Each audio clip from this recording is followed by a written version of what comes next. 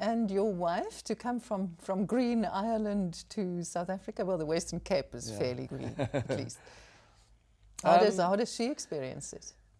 If I can ask you to speak for her. Yeah, no, she loves Cape Town. I'm very fortunate from that perspective. You know, I guess when you meet someone from another part of the world, there's always that challenge of, you know, someone's got to give up something. I was very grateful for the sacrifices she made, you know, especially in that last part of my career was with the kids and her move out to Cape Town. And I'm very fortunate she's really become stable and loves living here.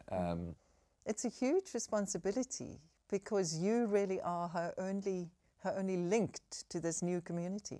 In the first part, until she made friends and you know, forged relationships and you know, I guess made some girlfriends and so I think in that first part, yes, there's a huge responsibility. You know, I think there's a lot of time and effort that needs to be put into you know, set up things. I mean, she arrived here not having a bank account, not having a hairdresser doll, nothing. You know, her whole network that she knew suddenly was taken away and had to be, you know, restarted here. So, you know, it was initially a lot of time and effort applied into the relationship to set things up, and it's great to see how she's flourishing now and loves being in South Africa.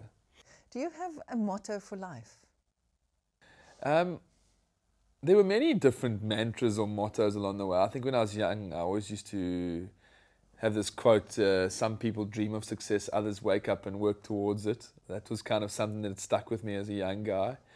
You know, when I used to stand out in the middle batting and under all this pressure, facing fastest bowlers in the world or whatever, I used to always just think, balance, watch the ball straight. Those are the three words that probably stuck with me throughout my batting. Straight? Why straight? Well, you know, play straight, you know, or straight thinking or whatever, you know, whatever it was, clear, yeah.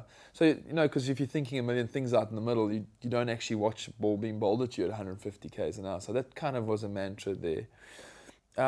And now I'm very big into sort of the culture of business, sport, South Africa, you know, people.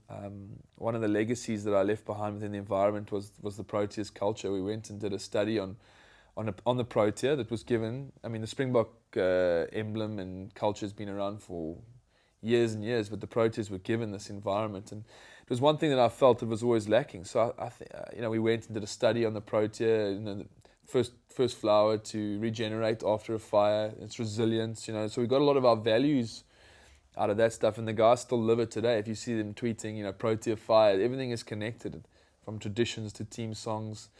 And I think that's something that really interests me. You know, I think South Africa is driven by people. I think as a nation, you know, that's our strength. You know, if you think about the Samoan people, they come from the rivers and the mountains. I think South Africans are people, you know, and that's something that I'm very interested in.